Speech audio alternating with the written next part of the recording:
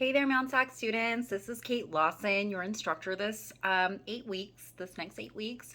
I'm so excited to have you. Welcome to the course. This video is just to get you orientated with kind of how we are set up in the course and what we're going to do every week. But of course, if this video doesn't answer some of your questions, absolutely reach out. So of course I want to welcome you. I'm so excited to be exploring crime with you because this is something I love truly, and I've been studying it for close to 15 years. And so I'm really excited to be able to share some of the stuff that I've learned. I think it's a really important time to be taking criminology. We are seeing some increases in violent crime. And we'll kind of explore that. So even though we are seeing some increases, we are nowhere near where we were at 1990s level. So prior to COVID, I had been teaching this class telling students, you're living in one of the safest times in history. Now that was 3 years ago, right? We are seeing an uptick in violent crime. But even then, even in the past year, we saw it dip just a little bit, about 4%. So COVID has definitely changed things, and I'll talk a lot about that as we progress. But we have to look at how we ended up with one of the largest incarcerated body in the world. We are 4% of the world's population, and we house about 25% of the world's prisoners, right? 1 in every 4 prisoners in the world is in America.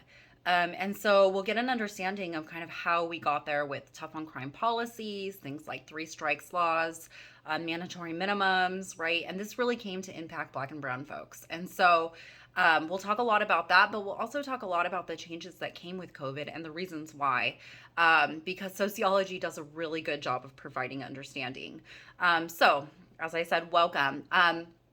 As you probably know, my background is in sociology, but I have an emphasis in crime and deviance. So this is really my baby. I also teach classes on deviance, classes on drugs and society. So I kind of have this little niche in the crime and deviance realm, which is really, really fun. I will be teaching this class from Washington State, where I live. I live in a town called Renton. It's about 13 miles outside of Seattle. The reason I teach for Mount Sac is because I lived down there for many years. I went to St. Lucy's. I went to Cal Poly. I got my master's from Cal State Fullerton, and I taught for Mount Sac for close to 10 years in person. And so when I moved up here, they were gracious enough to allow me to keep working online. I also have a full-time job, so I'm just teaching this one class for Mount Sac right now. I am a tenured professor at Green River College in Auburn. And so, I do that during the day. So I will be going in person in about a month, and I'll be going in Tuesdays and Thursdays. So I'll still be answering emails and things that day, but I will be in class some of those hours.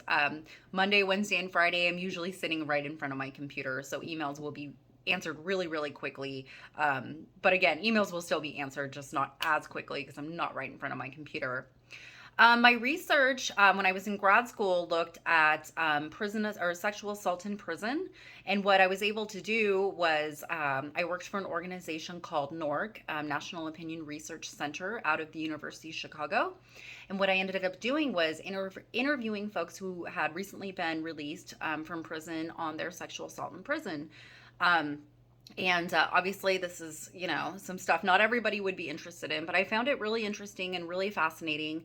One thing that we found is that with the results, once they were analyzed, they found that prison rape and assault isn't necessarily, what happens, like what we see in the films, like the shower scenes and stuff like that.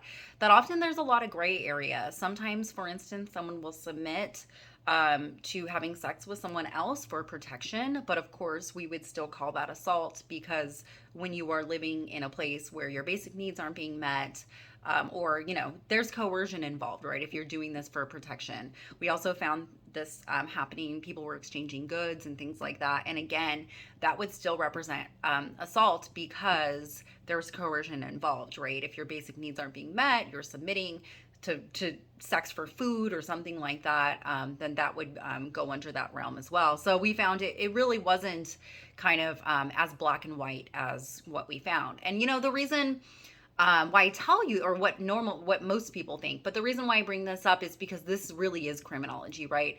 There's so much gray area. So I want to mention that there's gray area in the law. Laws differ from state to state. So this is not a crim justice class. We're not studying law necessarily. We might be studying the impact of laws and policies. But I'm not going to be like, going over this particular law or this particular law. That's a class, or that's content more suited for a crim justice class. Rather, criminology within the realm of sociology looks more at theoretical understanding and philosophies behind why crime happens. And many of you have probably already, come up with your own theories in your head. You just didn't write them down fast enough because other people did and they got famous for it. So, things like the more you hang out with deviant people, the more likely you are to be like them, right? Many of us already know this. Or crime as a result of poverty, But again, in looking at different types of crime, if we have crime done by the rich, like white collar crime, then poverty isn't a good explanation. Maybe something like greed, or maybe something like workplace culture. So, for instance, someone may never be willing to like break the law in their everyday life, but there's such a pressure within the workplace culture that they are cutting corners or doing shiesty stuff. And so that's essentially what we're going to be doing. We're going to be looking at various explanations of crime from a psychological approach, a biological approach, but mostly this class will focus on the sociological understanding, looking at things like social structure or how the society is set up and how that impacts people's access to things like resources. We know that certain races, we're still very segregated within our society, right? Certain races go to certain schools, right? And it aligns with socioeconomic status, but we know those schools are very much funded by the property taxes. So rich kids go to nicer schools that are funded better, right? We see that institutional discrimination still set up and embedded in our systems today. It's not an equal playing field, right? And many of you have lived this.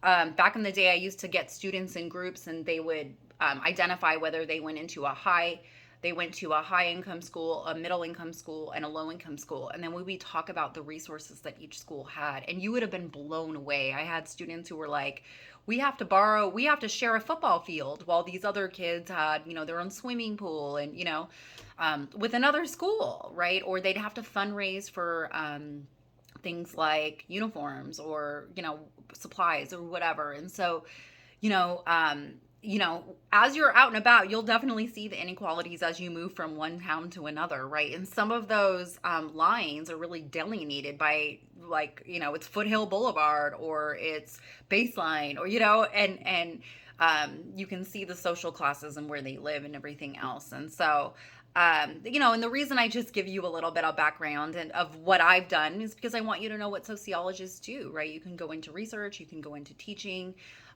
You can go into law enforcement, which there's a big need for that right now. And so, I just wanted to give you a sense of kind of what we do. In terms of the course, you can expect a weekly announcement from me every Monday with what to do within the course. But Canvas is really cool anyway. They already set up a to-do list for you. So I would still recommend reading my announcements because sometimes I have additional information in there. Sometimes I think students may not read them. But I do have additional information, things like sometimes I have to move office hours or things like that. So just make sure that you are reading them, right? So our Canvas course is set up into modules. Each module has an audio lecture. It has a quiz. Quizzes are 10 questions, multiple choice, and you have 30 minutes to complete them. These are open book and open note quizzes, and I'll talk more about that in the first chapter lecture. But you can have all of your resources out while you're taking those. So take that into consideration, but you still really need to read the chapters, and be pretty prepared. You might be able to look up one or two, but for the most part, you should have that information. Make sure you print up the syllabus. The syllabus is really the blueprint for our course. It has a lot of the specific information that I don't go over, things like how to format papers and things like that. You'll also find in the first module on Canvas, all kinds of resources, how to cite sources, how to find resources, various things. So make sure you look through that as well. So the modules have, like I was saying, a audio lecture, a quiz, and then you'll have an assignment due for each week. Keep in mind that this is an 8-week course. I want to be very, very clear that you are signing up for an 8-week course. And so we're double time, right? Because normally this is 16-week course. So this is almost like taking two classes, right, for 8 weeks. And so keep that in mind. Many weeks you will have two modules to do. And so it's really important that you kind of understand how fast paced this course goes. There's really not a lot of time to get behind. And so I'll be really on you to keep in terms of keeping up, right? If for some reason something happens, let's say, I don't know, your kid gets sick or whatever, feel free to email me, right? If you've had COVID all week, please email me and let me know. And if you need a few more days, I will absolutely grant that to you. I look at my students as adults, right? Like, if you're not going to go to work, you need to call your boss, right? So, what's really important on your end is communication. If something's going on, you need to let me know. If you come to me on the during the last week of the not the quarter, but when we end, I won't be able to do much for you, and I promise that, because it's just the course is not set up to be completed in the last week.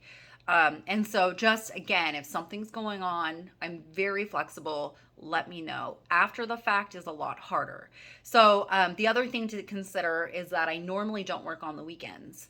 And so, if you email me Saturday or Sunday, I'm not going to probably respond.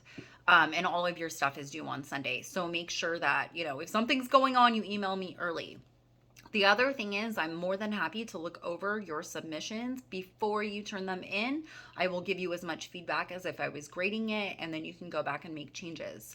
If you are interested in utilizing that, which I really suggest you do, you need to have those submissions emailed to me by Friday at 10 a.m. If they come in after, I cannot guarantee that I will have time to grade them and give them back to you. So just keep that in mind. This is not a synchronous class, meaning I'm never going to ask you to meet, at a certain time on Zoom or something. Everything's going to be asynchronous, meaning at your own well, not at your own pace. Everything, we have due dates and things like that. But in terms of watching the lectures, as long as you do it within that week, you should be fine. I do have office hours weekly. Right now, they will be Friday from 11 to noon. Like I said, sometimes meetings and things pop up around that time, so I might need to change it, but that's where it is right now. Office hours are a great way to talk sociology, ask questions about the assignments. If you're having any issues, let's say you're not doing as well on the quizzes, I can go through them with you and get a sense of what's going on. But I really want to encourage you to have agency, right? If you don't understand, it's, I don't know, right? In a classroom while we're in person, I can see kind of those faces that look, confused, or they're not getting it. But I am always happy to go through assignments with you, talk it through with you, again, review what you've got. And so, I really want all of you to do very well. I want you to know that that is my goal as well, right? Like, for you guys to learn this content and to do really well. And so as long as you have agency, I have faith that you can do this, right? You do need to set aside about 9 to 10 hours for this course a week. I know that sounds like a lot, but as I mentioned, we are going through this at double speed. So that's kind of what you're signed up for. I think I got all of that. Lastly, just a few kind of important things. You are given a free pass. So the free pass is, I call it the Shit Happens card. And the Shit Happens card, free pass, gives you an extra week to turn in one assignment. You don't have to literally turn it in. You can just write on the comments on Canvas using free pass, and I'll check it off on my list. After that, there are additional penalties. You can look up all of that in the syllabus for late work. Plagiarism is a very serious thing. Please do not plagiarize. We have a system or a program called Turnitin, and it reviews your work with all of the other previously submitted work, as well as everything that's online. So keep that in mind. If you don't cite one sentence or something, you're not going to be in trouble. But if I sense that you've turned in a paper from another student, or you turned in a paper you found online, or you just cut and paste this entire thing, that is grounds for to be kicked out of the class, really, because that's dishonest, right? And then I don't know what's really yours and what's not. So please, let's not go there. Again, I am here to support you. If you feel like you can do it, come to me. We will get it. I will get you there. I promise. but again, have that agency. It's really, really important. So, with that, I am so excited to be starting this quarter with you. Again, I am here for you. I want you to succeed. I hope you enjoy the course. I've worked for a long time putting this all together. I've added some new lectures having to do with COVID this year. So, again, we need a little bit of time to gain some understanding as to what was actually happening. So, I'm excited to introduce that. You'll be looking at some crimes over COVID as well. So, with that, I bid you adieu and I wish you the best of luck. And again, I'm here for you. I got you back. And I really hope you enjoy the course. Take care.